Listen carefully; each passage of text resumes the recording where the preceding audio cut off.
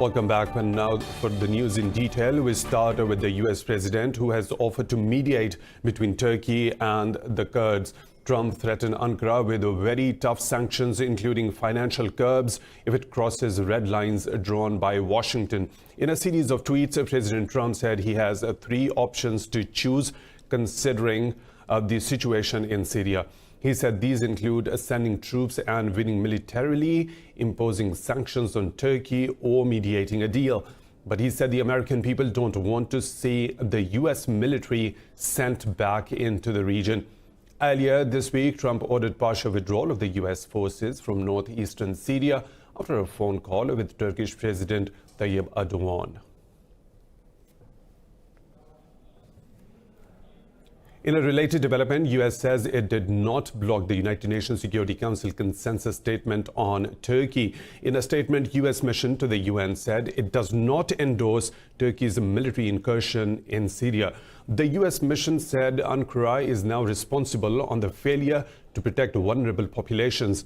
It said Turkey will face consequences if ISIS resurges in Syria. The emergency closed-door meeting of the UN Security Council was called by UK, France and Germany. The international community, including the EU and Arab League, has condemned Ankara's actions.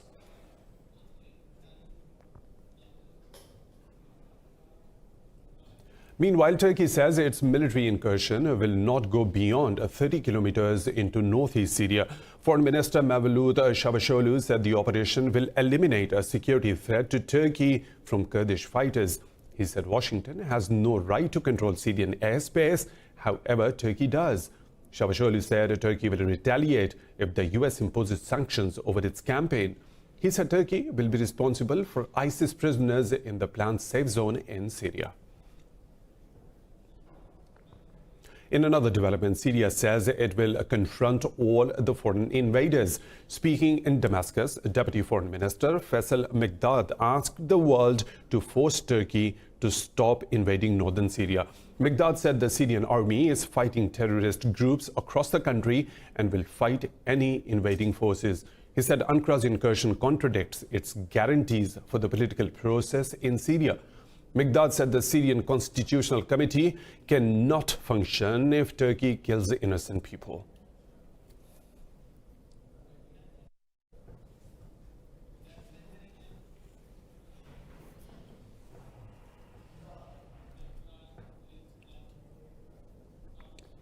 On Wednesday, Turkey started a military campaign in northeastern Syria to eliminate the Kurdish forces of the Syrian Democratic Forces.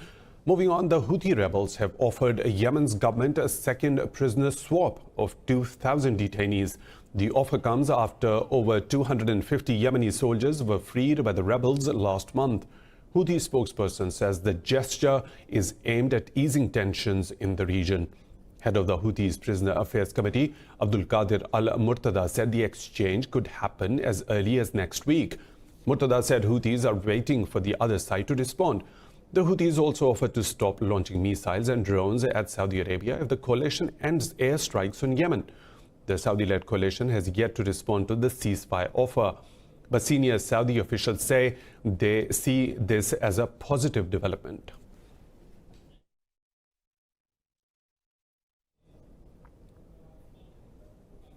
Ukrainian President Volodymyr Zelensky has denied that US President Donald Trump tried to blackmail him. Talking to media in Kiev, Zelensky said he's ready to probe any Ukrainian interference in the 2016 US presidential election. Last week, the US Congress launched an impeachment inquiry against Trump. It accused him of blackmailing Zelensky to investigate former Vice President Joe Biden. The Ukrainian president said he is also open to a joint investigation into Burisma. He accused Russia of delaying a summit aimed at resolving the Donbass conflict between Kiev and Russian-backed forces.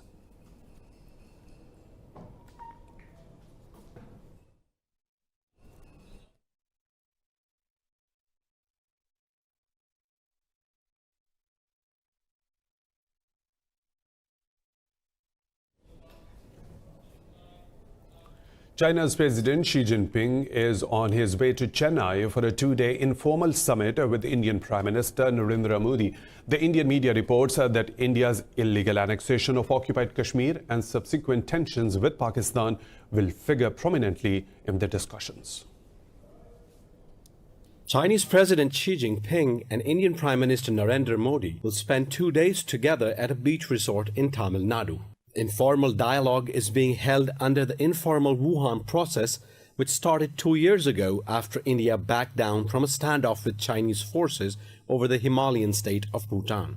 Jinping and Modi are widely expected to discuss their long-standing dispute over the 3,500-kilometer India-China border. The two countries fought a 1962 war over the dispute, in which China prevailed over India. Last month, Chinese and Indian troops were involved in a standoff in Ladakh, a part of occupied Kashmir administratively separated from the valley by India on August the 5th. During a two-day visit to Beijing by Pakistan Prime Minister Imran Khan, China strongly endorsed Pakistan's position on Kashmir and India's illegal change to the occupied valley's constitutional status. This jolted New Delhi, delaying the formal announcement of President Xi's visit to India. During Khan's visit, some analysts expressed expectations that Xi would discuss the prospect for the reduction of tensions between India and Pakistan. Indian media reports published today also say the Kashmir and India-Pakistan tensions are expected to be one of the focal points of talks between Xi and Modi. The summit in Tamil Nadu will conclude tomorrow. Pakistan's Prime Minister Imran Khan says he is puzzled over global media's apathy towards humanitarian crisis in Indian-occupied Kashmir. Khan said the international media continues highlighting Hong Kong protests while ignoring Indian brutalities in occupied valley. Khan reiterated that Kashmir is an internationally recognized disputed territory illegally annexed by India. He said millions of Kashmiris are languishing imprisoned in their homes for over 2 months. He said thousands of people have been imprisoned, including politicians and children as young as 9 years of age. The Prime Minister said 100,000 Kashmiris have been killed over 30 years. Meanwhile, a human chain will be formed in Islamabad today to express solidarity with Kashmiris. The Information Ministry said Prime Minister Khan will lead the chain and address the participants. Britain's Prime Minister Boris Johnson and Irish PM Leo Varadkar says they see a pathway to a possible deal. Both leaders held a key meeting on Brexit in Cheshire. After the talks, Britain and Ireland said a Brexit deal is still possible. The joint statement said Prime Ministers Johnson and Varadkar had a detailed and constructive discussion. It said both countries continue to believe a deal is in everybody's interest. UK's Brexit Secretary Stephen Barclay will meet the EU's Michel Barnier tomorrow. On Wednesday, EU leaders accused the UK of proposing untested ideas and said progress had been limited. An EU summit on 17th and 18th of October is being seen as the UK and EU's last chance to agree on a deal before the 31st of October deadline. Romania's government has collapsed after losing a no-confidence vote weeks ahead of a presidential election. 238 MPs in 465-seat parliament voted against Prime Minister Viorica Dăncilă's government. President Klaus Iohannis will nominate a new prime minister who will have 60 days to form a new government. Dăncilă lost a parliamentary majority in August. Her junior coalition partners withdrew support amid a row over the selection of a presidential candidate.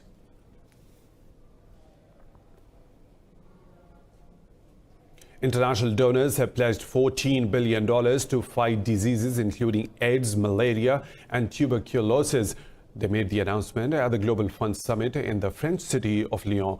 Speaking at the summit, French President Emmanuel Macron said Japan is lagging behind other G7 nations in the funding.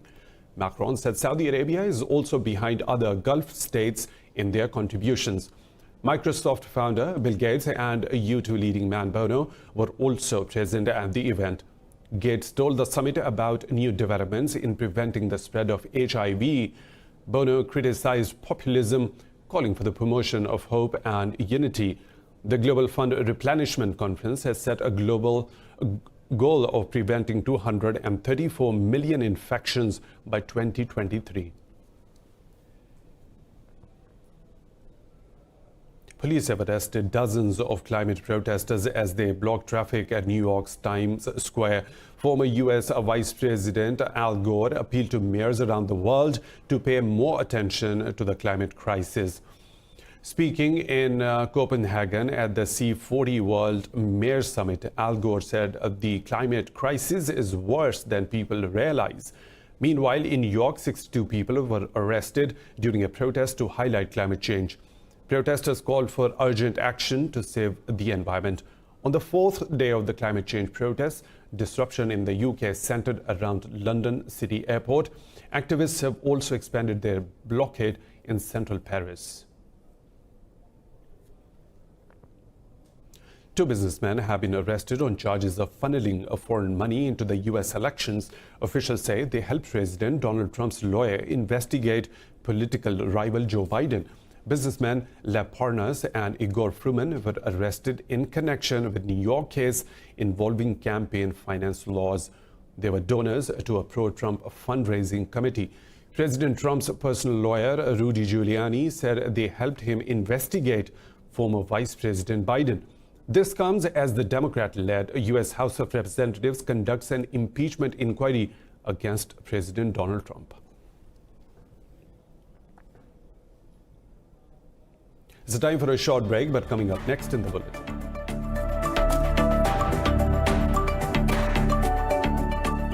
Over 2,000 fell victim to Ebola since August 2018.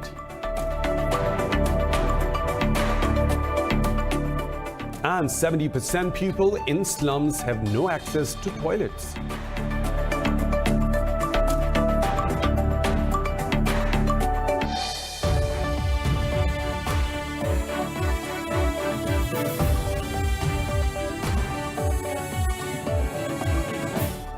Welcome back.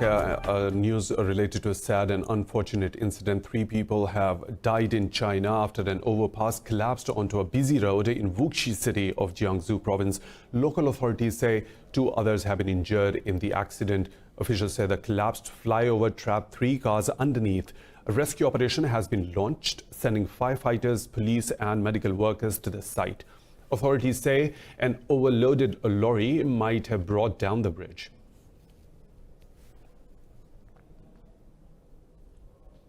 And the U.S. death toll from the vaping-related illnesses has risen to 29. Health officials have confirmed almost 1,300 cases so far from a mysterious respiratory illness tied to vaping. Investigators have not linked the cases to any specific product or compound, but they have pointed to vaping oils as being especially risky. The serious respiratory illness has prompted a health scare, leading U.S. officials to urge people to stop vaping. New York City's landmark Empire State Building will open its newly renovated observation deck on a 102nd floor tomorrow. The observatory features floor-to-ceiling glass windows where visitors can step right to the edge of the Art Deco skyscraper. Empire State Realty Trust CEO Anthony E. Malkin said all the obstructions have been removed to give visitors an unrivaled view of the city. He said the observation deck is climate controlled and made up of 24 crystal clear, 8-floor tall windows. It allows 360 degrees views of the city. This is part of the 3rd phase of the building's reimagined top to bottom observatory experience.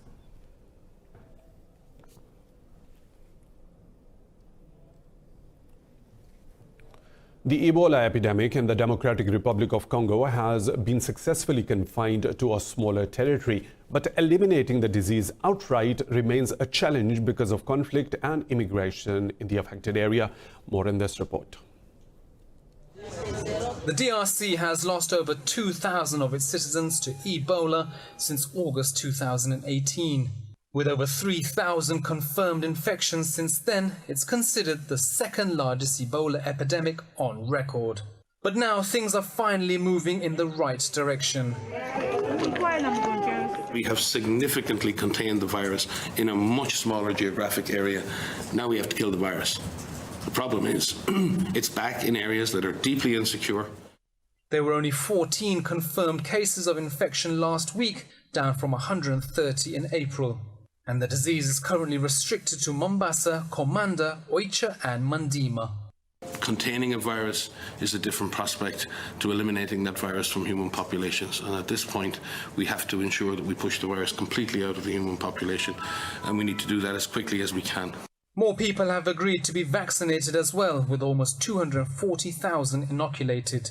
But progress made in recent months could still be lost because of violent militias and migration in and out of the affected regions. But for now, the DRC's war on Ebola continues. In Kenya, like many emerging economies with fast-growing cities, public spending on sanitation lags far behind the need. Around 70% out of 8 million people living in slums do not have access to toilets. This report tells how various companies are working on creating sustainable and cost-effective solutions to this problem. Georgina lives in Mukuru, a slum in Nairobi. Currently, she shares a dry toilet with 4 other families. It may not sound like much, but it's an improvement on before, when she had to go to the toilet in a wooden cabin at the end of this poorly maintained lane. It was not nice. We were using the dirty sanitation. It was not good. It had germs. Even we were infected. Even you could not allow your son or daughter to use it because it's very dirty. Disease-ridden toilets are a part of daily life for the billion people worldwide living in slums, a number that the UN says is expected to triple by 2050. The scale of the challenge is immense, but changes are coming, with Georgina and her neighbours benefiting from clean, eco-friendly toilets created by a Kenya-based company. With container-based sanitation, which is what our toilet is, you don't need to build a sewer line. Yeah?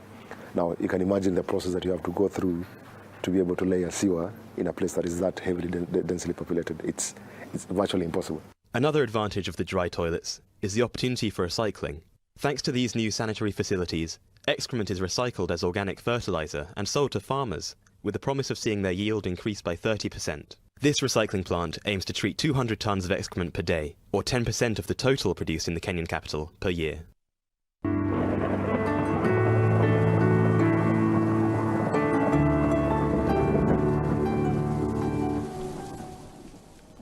And now the weather situation from around the globe.